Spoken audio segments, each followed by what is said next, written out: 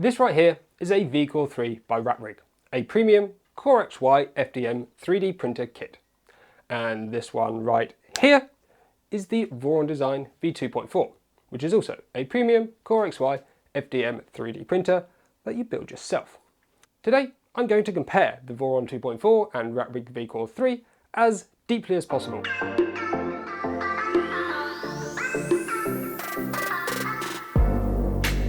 This video is sponsored by Filamenttive. Their filament has a high percentage of recycled content, 100% in the case of this RABS 100.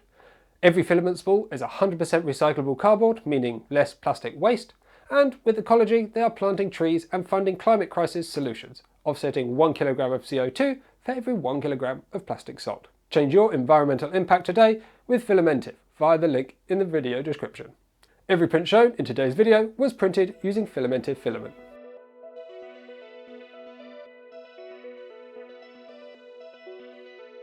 To give you an overview of what these two printer ecosystems look like, on screen now is a table of all the important specifications that I think you need to know about these two printers. Where there are options, I've highlighted in bold the ones that I'm using. If nothing's bold, then everything applies. I have modified both of my printers at this point, so neither of them are the standard design anymore.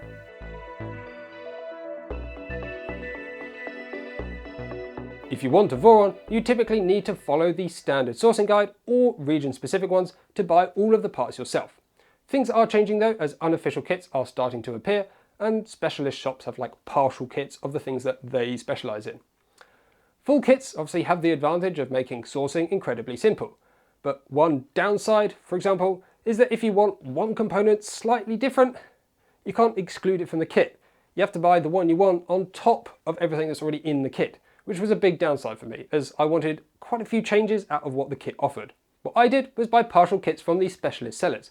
For example, Pouch, the kind of belt supplier, can supply all the belts, pulleys, shafts and idlers in a single kit, labelled as a Voron 2.4 kit. The only other thing you need is the printed parts, all in ABS. Don't worry though, if you don't have a printer that can reliably print ABS or even ABS+, then you can use the Print It Forward service. There can be a pretty long queue for these parts, but the prices have been good and the quality that I received was actually really fantastic. So what about RatRig? You just buy a kit and it'll come in 8 weeks, right? Well, it's not quite that simple.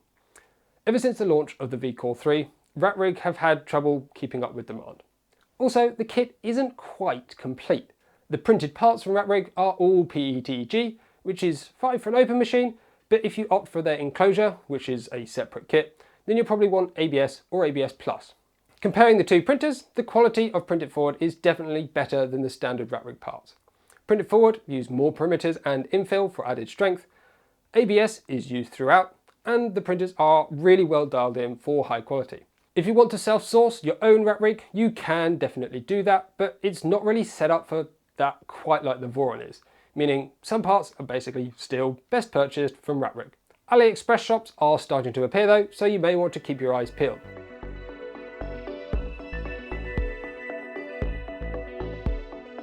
Diving into the RatRig first, they use an online Dozuki manual, and it's pretty good. It has everything you need laid out step by step, and short parts lists as you go, which is really nice.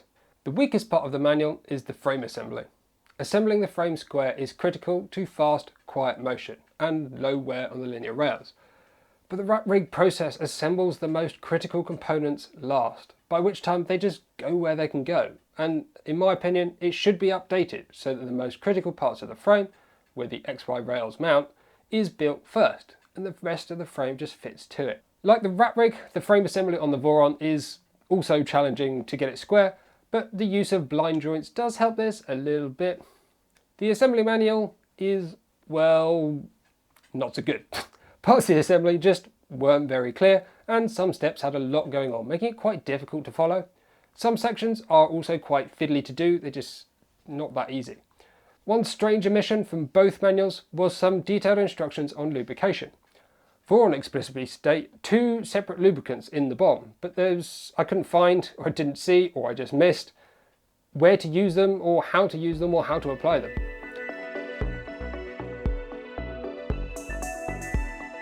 For the RatRig, right here. While the Duet 3 and Mini 5 Plus is a good control board, the rat rig configuration is not perfect, and the community has been focused on other options, so it's just overall a little bit less mature. Moving to the BigTruTech Octopus and Raspberry Pi 4 gave me an opportunity to try out VCore-OS, which is called RatOS by the time this video is released. This is essentially a pre-configured Raspberry Pi image with just a few Clipper things to configure in the setup. Mikhail Schmidt, the author and maintainer of the RatOS project, should be applauded for their efforts put into this. It makes Clipper and VCore 3 very approachable. Firmware setup is a little bit more involved on the Voron, but not too difficult really. All of the steps required on the Clipper and Voron website are both very clear and pretty easy to follow.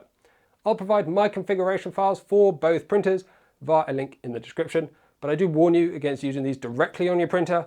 It's best as a reference if you want to double check how I've done something. Print profiles are the most important part of a quality 3D print. Comparing the rat rig to the Voron profiles that I have, I'd say the Voron one is better optimized. They are quite similar, but with a few little differences. The Voron profile has some smart manipulation of line width. By having much thicker lines like 0.6 on a 0.4 nozzle, you can reduce the number of lines needed to complete infill of a certain percentage, which saves time.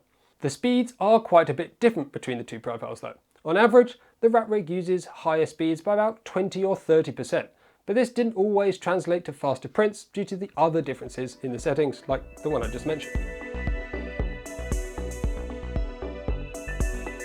While the VCore 3 frame is undeniably strong and sturdy, it's hard to get square, as I mentioned before, and once assembled you can't really make any adjustments to it without taking the entire printer to pieces. With the Voron, along with the frame being easier to get square in the first place, the gantry, which holds the XY rails, is much easier to adjust right at the end of the assembly, allowing you to get the rails all really nicely aligned for the lowest possible noise. For lubrication, it's not too difficult on either printer, but you will need a syringe and a flat-tipped needle to get the lubricant into the end of the carriages. The biggest culprit for noise on many 3D printers is the fans. The ones included with the VCore 3 were low quality, noisy, and didn't last very long. So I replaced those pretty quickly with the 5V Noctua you can perhaps see, and a 12V 5015 Sunon. These high quality fans have already outlasted the original ones and are also significantly quieter.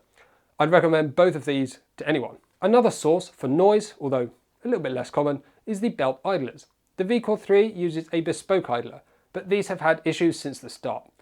I'm still running the original set at the moment. They are worn, but I do have their improved V2 design, which I'll be installing pretty soon.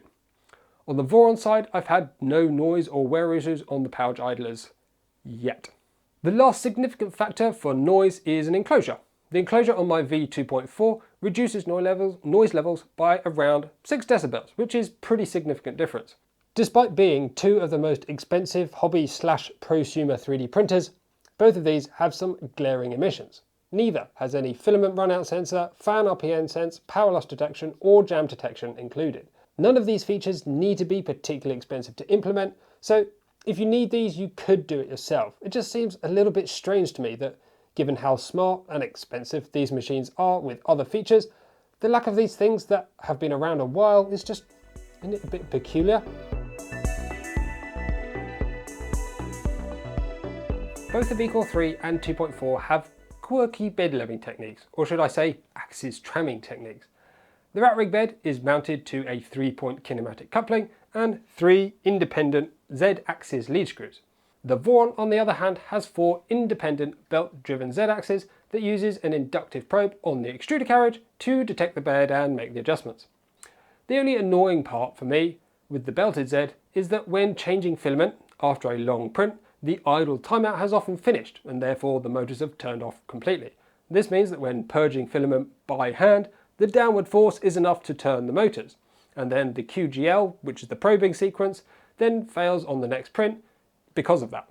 The importance of the VCore 3's kinematic coupling should not be understated. Kinematic couplings are a special type of mounting that allow for this expansion without distortion, which will improve the reliability and consistency of your first layers.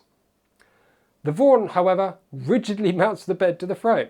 The manual instructs variable screw tightness to deal with thermal expansion, but I'm not convinced that's a great solution. This brings me on to the homing and probing mechanisms, as I've just kind of brushed over them so far. Using the probe accuracy command built into Clipper, I was able to get a picture of how reliable the BL Touch and inductive probes are. These tests were done firstly at room temperature and then repeated at printing temperatures of 240C nozzle and 100C on the bed, just to see how they react and change with temperature.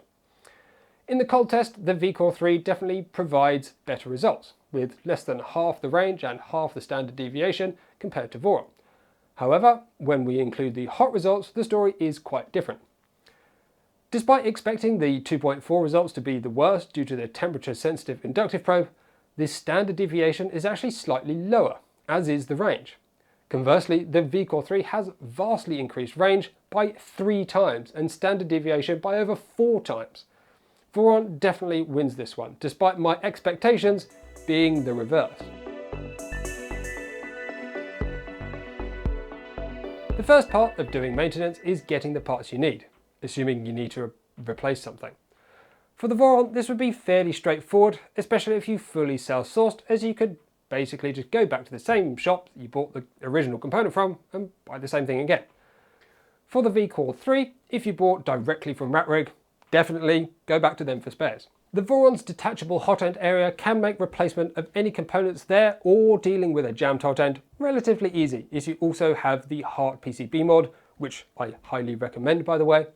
The hot end assembly on the VCore 3 is designed to be very easy to upgrade to be completely different hot end as well, so it's pretty well equipped for this kind of operation too.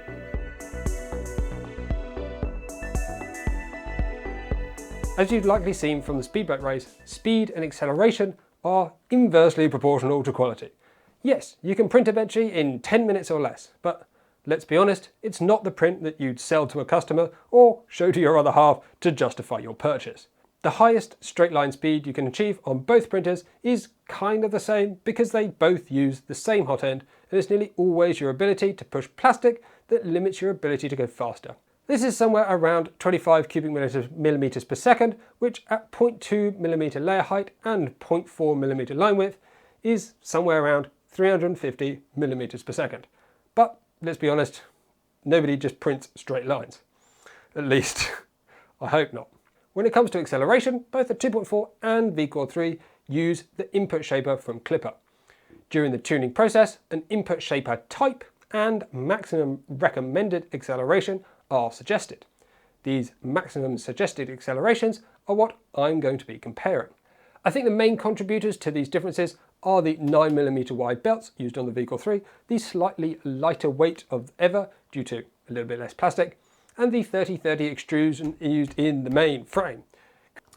Since they have a similar hot end, heat up time and max temperatures are theoretically the same. In practice, I found this also to be true, with equal times from room temperature to 240 Celsius to be around 2 minutes and 23 seconds. For the same size bed, however, RatRig specify 600 watts rather than the 450 watts found on the Voron. Comparing bed heating times, the VCore 3 got up to 100 Celsius in 2 minutes 57, just under 3 minutes, while the 450 watt Voron took much longer, around 8 minutes and 1 second. Very similar beds, but very different heater power make a huge difference. Both printers are okay to 110 Celsius though. Starting with firmware, I'm testing for min temp, max temp and thermal runaway protection. Both printers passed all 3 tests, detecting the problem, providing an error message and putting the printer into an error state.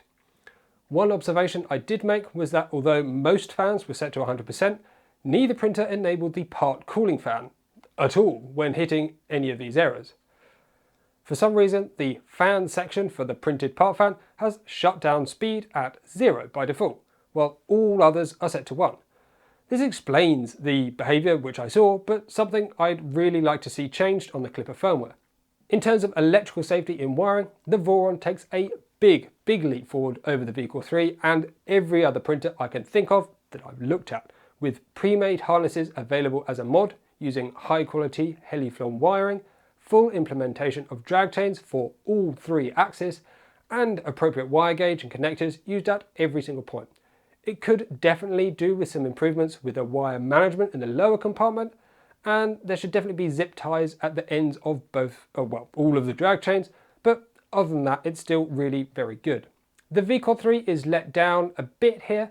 There are no drag chains at all, no provided solution for strain relief, and the wire management in the electronics compartment does exist. It's better than the Voron, but still quite lackluster. As I mentioned previously, there's very little in terms of instructions when it comes to wiring the VCOR 3. The standard design has no enclosure for the electronics compartment at all, so there'd be nothing covering the main circuitry in this area.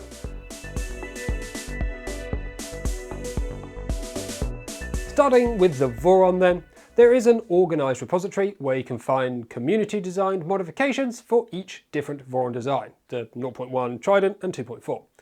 And many shops have these bespoke designed parts for those mods for sale, so you can integrate them into your bill of materials as you first build the printer. Some examples of mods that are recommended are on screen now. Moving on to the rat rig, the VCOR 3 has not been out as long as the 2.4, so the mods are definitely a little bit less mature, and the slightly less organised setup has resulted in some replication as people can't find what they're after, so they design their own or they just go without. Overall, the mod selection is definitely strong for both printers, with lots of upgrade options including ways to overcome missing features like filament sensors, which I mentioned earlier. From my experience, the root of the Voron and rat rig communities has been Discord. The rat rig Discord is actually unofficial and the Facebook group is actually bigger as well, but I've had much better results talking in Discord than on Facebook. I had my concerns when getting involved in building a Voron because I heard that the community can be a little bit unpleasant to deal with at times, but fortunately this is not really. The rat rig unofficial Discord though is another step up in that community feeling. They're very helpful, welcoming, thankful and just generally good to chat with. It would be amiss for me to mention though that there is a new Discord specifically for the Vector 3D community, so if you want to chat about all sorts of 3D printing, the workbench, Voron, rat rig and other video topics, you can join that via the link below. Well, Voron support is the Discord channel, which means it's purely information based and there isn't any guarantee that you get the right information from the right person. It's basically public chat, so anyone that sees the message can provide an answer. Although obviously you know who to get the right answer from as they're kind of listed in the side on the Discord.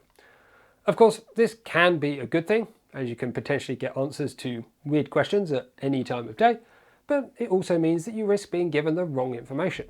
Rat rig on the other hand is a bit more conventional. I'm not aware of any organised ticketing system for the support yet, but it seems to be mostly handled through emails and the Facebook groups. If parts break or wear out, like the idlers, they also seem to be sending out new parts as replacements, which is promising. Neither system is perfect, but they do seem to be doing a reasonable job of meeting the expectations of the customers. For the VCOR 3, the typical access route to important files is via GitHub. This is where you can find all the STLs for the 3D printed files and DXFs for cutting enclosure panels, the bed, etc. I wouldn't call this really open source though, so is there any more? Well, yeah, a lot actually. It's quite easy to miss, but on the main GitHub page there is a hyperlink to CAD in Onshape, which is literally all the 3D models in one, but still not quite open source in my opinion. They're doing a good job, but not quite 100% there in my opinion. Voron is basically the same. This method of doing things where you only get dumb solids is definitely sufficient for like 95% of the things you'll need. But I'd like to see the source files really. For bridge testing, I've used my directional bridge test in RPLA. Both printers are equipped with fans that blow along the x-axis, and this seems to result in similar dimensional performance. However, the V2.4 dropped a strand on the Y+, resulting in a fail. The VCOR 3 wins this one by a bit. Now my directional overhang test, again in RPLA. The good news is that both printers were able to successfully print 45-degree overhangs in all directions, which is about what we typically expect. Voron was definitely more even across the board, while the VCOR 3 had slightly larger variants. Smooth, round surfaces are one of the places where inconsistencies start to show up that you may not have noticed with more intricate parts. So I've tested the Geyer-Anderson cat in RPLA for organic curves, and this main bucket part of the drippy bucket in RABS 100 for less organic curves.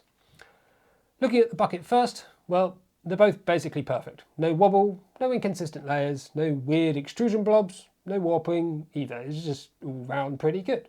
Looking at the cap, both printers have basically no blemishes in the outer surface, layers are aligned, and extrusion seems consistent.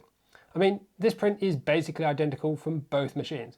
It is actually incredible how good these look. Looking at the supports, I wasn't able to remove the support on the gear around as a cap with my hands alone because the print settings I've used extrudes a line all the way around the perimeter of the support material, which makes it like extra rigid and more reliable, but also a little bit harder to remove. For examining retractions, I've got two objects, my directional stringing test in RPLA and part of the Nevermore filter, the recirculating filter we talked about earlier, in RABS 100. Starting with my test piece, the Voron 1 is near perfect. There is some very light stringing on locations between the smaller towers, but those towers are really well formed. I've broken one of them, handling them as they're less than 1mm across. The rat rig one is okay. There's no dense stringing, just wispy bits, but it's present between like basically all of the towers in all directions. Looking at a more real-world test, the Nevermore filter component, and also changing the material to ABS, the differences are no longer visible. Looking really close, it seems the vertical parts of the mesh are slightly less well formed on the VCore 3 compared to the Voron. But this is a real nitpick though. They're both darn good and probably indistinguishable to most people looking at them from a reasonable distance. For examining some finer details, I've got this print-in-place clip and a wobbly leg alien thing, both printed in RPLA. Starting with the clip, this one didn't go well really for the VCore 3. Unfortunately, everything got a bit stuck together on the VCore 3, so when trying to rotate the joints, use the clip, remove supports, etc., it snapped at both pivots, on both clips. The Voron, on the other hand, printed this piece just fine. The supports came away easily, and with a quick snap, the clip was able to be used, and with a reasonable amount of force too. On this wobbly-legged alien thing, they both did an excellent job with all their like small retractions and first layer with all the little like leg components, but they really struggled with joining the kind of skirt around the main body to the rest of the body, often pushing those little bit away from the printer in that process and just making a general mess. Although I did know XY calibration specifically on either machine, I did want to try my 150mm dimensional test just to see what kind of results we get. While not hugely scientific, this test indicates that both printers are performing similarly in terms of out-the-box calibration, being around 0.3 to 0.4% undersized on the outer dimensions. The Voron is closer to the goal, so does win, I guess, but only just. Both could do with some calibration. It seems like I've printed a lot of PLA in the testing, and that's true just for the dimensional stability on stuff, but I have printed a lot of ABS on both of these printers too, and they both did that reasonably well. Although the modified RABS stuck a little bit too well on the Voron, that really does stick well, both printers printed these handles, which are kind of for the 2.4, really well. You do get a little bit of curl on the VCore 3 with these kind of slightly larger ABS prints, but it's not a lot. If you do want to do ABS a lot more on the VCore 3, I'd probably recommend getting an enclosure. It's just going to be much easier for you. For PLA in general, you've seen a lot of PLA prints already, and both printers do get some incredible results as long as there's no steep overhangs, as neither printer was very good in terms of cooling. PLA can print pretty fast, but for best results you need to cool it fast too. So if you're printing smaller objects, you just won't get the speed benefits that these printers can provide. They just don't have the cooling capacity. With an enclosure fitted, it's worth keeping the doors open to print PLA as you want all the cooling you can get. With PETG, the VCore 3's retraction issue really shined in a bad way. The Deadpool bust is just stringing all over the place, but a bit of drying and tuning would probably deal with that. I've heard reports that the early version of the Dragon High Flow hot end, which is what I've got fitted on the VCore 3, was a little bit dribbly, so this may have impacted my retraction results on the VCore 3. That said, at least the VCore 3 finished that print. The Voron failed, again, purely because of curling on the overhangs. It just can't really do overhangs past 45 degrees. I do need to try the ABBN or the upcoming Stealth Burner, which is direct from Voron versus a mod, to see if that improves things. Let's move on to my final verdict and buying suggestion. So today we've looked at two titans of modern hobby 3D printing. which one do you buy and what parts do you get for it? On the electronic side, I'm really happy with my choices of the 50 watt heater, E3D thermistor, Dragon high flow hot end and Big Tree Tech Octopus control board. Maybe even the high voltage Octopus control board if you fancy. I wouldn't recommend the Raspberry Pi 4 purely because of the price and it's a little bit overkill. The Pi Zero W2 seems to be doing well with Clipper, so I'd go for that or the Raspberry Pi 3B as they're just cheaper options. A nickel-plated copper nozzle or even the Bondtech CHT nozzle are going to be the best options for high flow, depending on your material. Obviously, switch to hardened steel or Nozzle X or something for your abrasive filaments. For fans, the Noctua and Sunon on the VCAR 3 are excellent, so I definitely recommend those. I'll be looking for something high quality like this to put on my 2.4 when I can. In terms of modifications, the VCAR 3 definitely benefits from electrical management as well as like the strain relief, so I've got modifications for those. You can find them on the GitHub. For the 2.4, I would highly recommend the PCB mods from Hart. They've been absolutely fantastic, as well as the Heliflon Lineo harness that I've used. That's also worked very, very well. So what do I suggest? Well, if you want to buy a kit in a single purchase, get a rat rig. But if you're happy to self-source and want that kind of challenge and to make your own component decisions, then the Voron's definitely open to you. If you need a build volume over what the Voron can provide, obviously go for the rat rig. If you're really worried about managing the mechanical assembly or firmware setup, go for the rat rig. Rat OS will really help you. If you want to print ABS all the time, get a Voron. For PLA, neither have amazing cooling, but the VCAR 3 is definitely better. For PETG, just flip a coin. If you'd rather keep rebuilding a printer than actually printing with it, get a Voron and just continuously mod it. That'll be a lot of fun. If you can't afford either of these printers but still want to print ABS, I'd recommend taking a look at the Voron V0.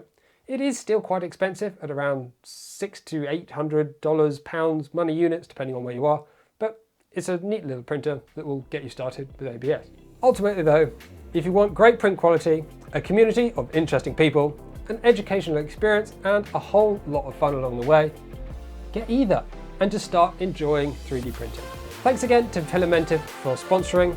I'll see you in the next one.